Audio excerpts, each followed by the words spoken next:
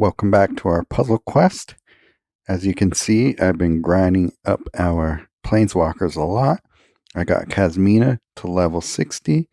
Trying to work on getting Nicol, Bolas, the Ravager up, but I'm pretty happy with my deck progress so far.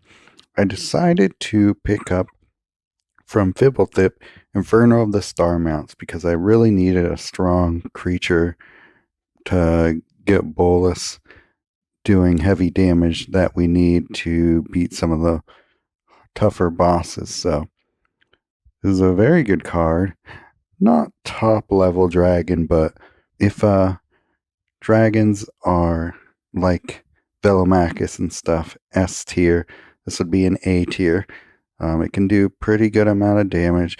It is a hefty casting cost, but if you pair it with double major, which I don't have in my deck right now, but you can get it double striking for 16 pretty quickly once you have it on there. So what I want to do next is actually do buy another premium pack. And this time I think I'm going to go for the latest set, which is, as of recording, Crimson Vow. So premium pack, bonus rare.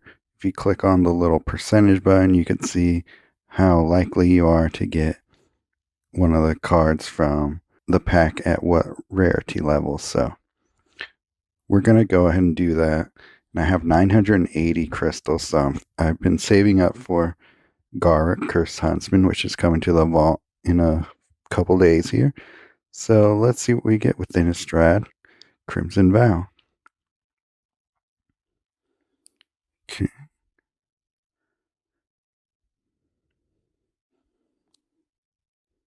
Couple of dupes. Nothing great so far. Not great. It's an okay card, Paxong Pup.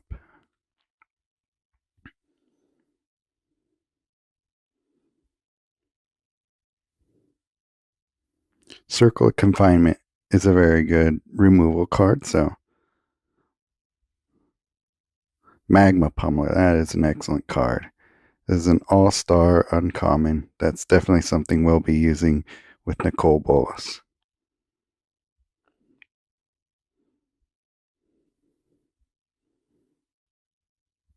Oh, nice. Dreamroot Cascade. I don't even have this in my main account, but this is definitely going into Kasmina.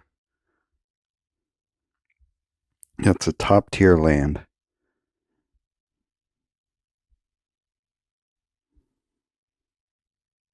Arm the Cathars is okay. And let's see, what do we get for our bonus rare? Cool. Convert 2 gems to white or black. Yeah. Good lands there. I would say I'm most excited for Dreamroot Cascade and Circle of Confinement and Magma Pummeler. So these are absolutely going into some of my decks. Paxong Pup could be a wolf for objectives. It's not too bad. Welcoming Vampire. Don't have a lot of other good cards in here. Stuff that might help with objectives later. So let's go into our planeswalkers and see where we could fit in these new cards. So I'll get rid of Branchloft Pathway and put in Dreamroot Cascade. Green or blue. And what's awesome about these Crimson Vow lands is when there are 2 or 10 or more green and blue gems on the board. So the sum of green and blue gems are 10 or more. All cards in your hand gain 5 mana. So that could really help to get some of your cards charged up. So right now I'm running a creatureless deck with Kasmina, but that was for specific objectives. So that's why that looks that way. I think that might have been a spell casting objective. Ajani Invigorate Leadership. I will put, let's see. Don't really need Spiteful Squad in this deck. So let's get that Shattered Sanctum in here. So that will help with Cabal Coffers. Get us a little bit more mana from that as well. So solid deck there. And last but not least,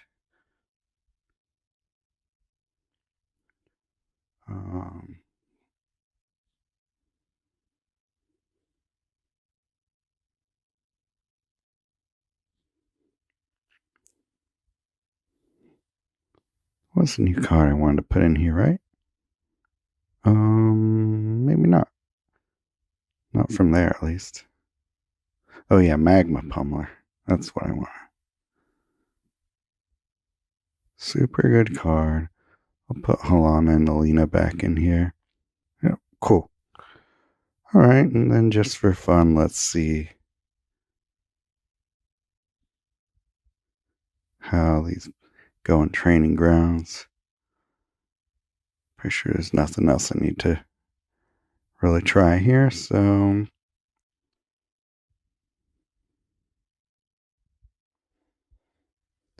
I pulled Lyra Dawnbringer recently, and she is a very good card. Thing is, I don't really have other angels to pair it with yet, but she's good enough on her own to hold up. But she gets much better when you have good angels to pair her with. So I'm just demonstrating legacy decks right now because I don't want to tear apart my story mode decks here. So rather than try and rebuild a deck for standard, I just decided to stick these in my legacy decks.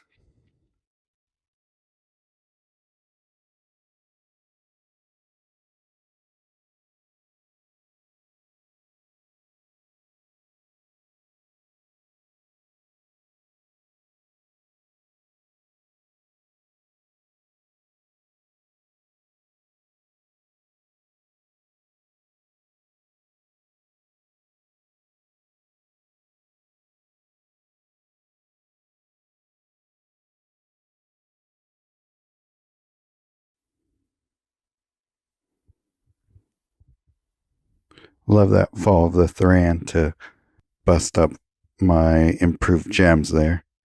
So, yeah, really good synergy. I like that deck a lot. It is Ajani, so there is some bias as to how good that deck really is, but he's such a good planeswalker. Alright, so with this Kasmina deck, I have some pretty funny things happening here. So I pulled Renin, is it 6 or 7? I pulled Renin 7 from a Renin 6, yeah. Renin 6 Vanguard from a Vanguard pack pool recently. So I don't have a lot of cards that put non-creatures in my graveyard. So in order to do that, I had to pick up a couple of frogs. And I'll show you the one I'm using to fill up my graveyard.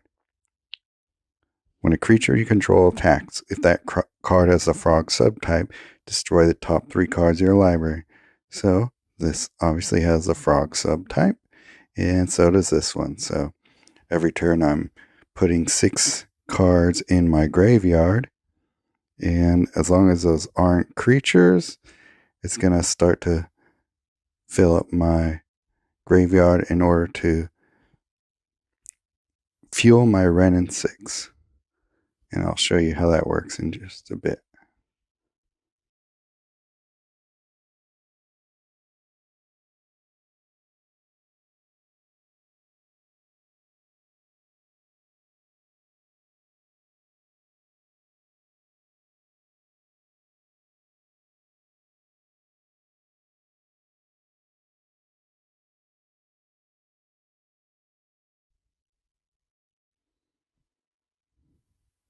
I normally don't like to use this ability, but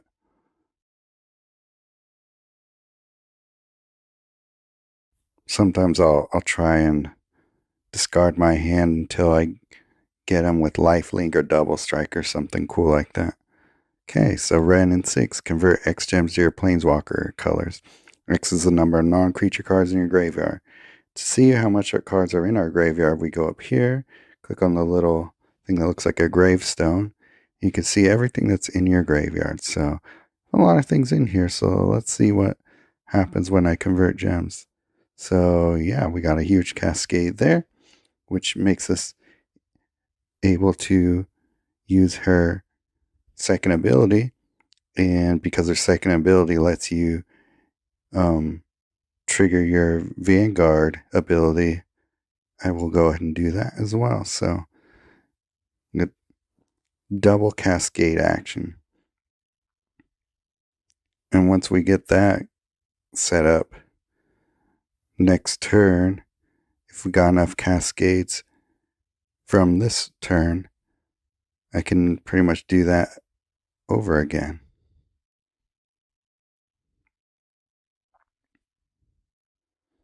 And then I like to fill up my hand with things like Mascot Exhibition, Containment Breach, Intro to Annihilation,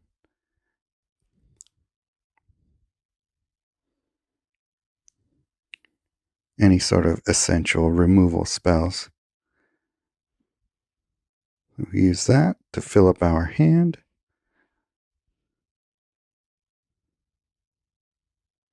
Trigger a second ability.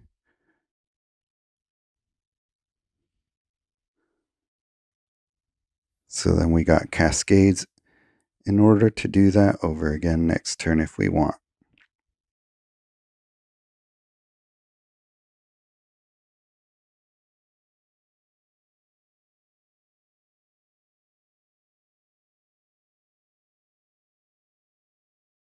I think this turn I'll use our third ability.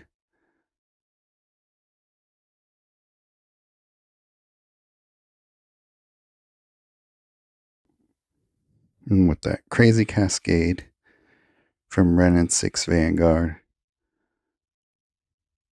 we pretty much are able to trigger her abilities every turn, which makes her super powerful. And yeah. So that was a success, I would say. Okay. Well, this Nicol Bolas deck, I wasn't totally sure about, but I did a trial run of it and I like what happened. So hopefully I get to show you everything that you can do with this deck. Let's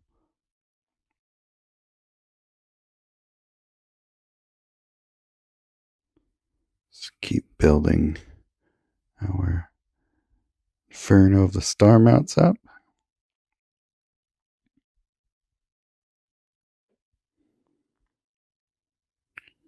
So remember, this is a full art card that you can get automatically with 400 crystals if Fibblethip is, if it's in his vault.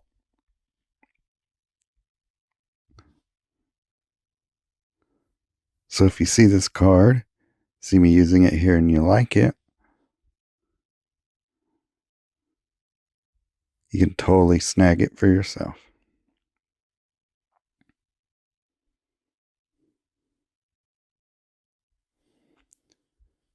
Served as a little blocker. Just enough damage to be able to flip my Bolas.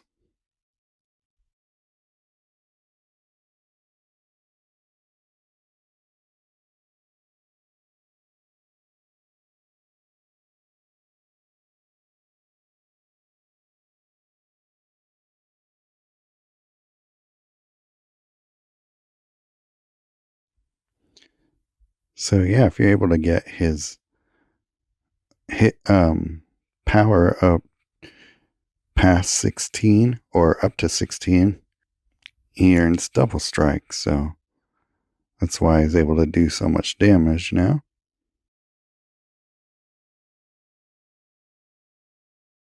So yeah, all pretty solid decks.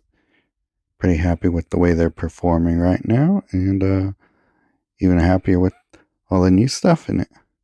And I just mastered a Blight Step pathway, and I'm actually in silver tier in, I believe, white now, so gives me a bit more prizes for winning in some events. So I think next time it's going to put me in silver training grounds instead of bronze training grounds, which was a little scary. But I think we'll be able to hold on okay, especially with Ajani being who he is. So yeah, those are a few new strategies. I was able to get through Trial of Zeal and get full points with mainly Ajani. So yeah, hope you guys picked Ajani Invigorate Leadership up because he makes PvE so much easier. All right, I'll be back with a new video with some more strategies as I come across them. So keep questing, everyone.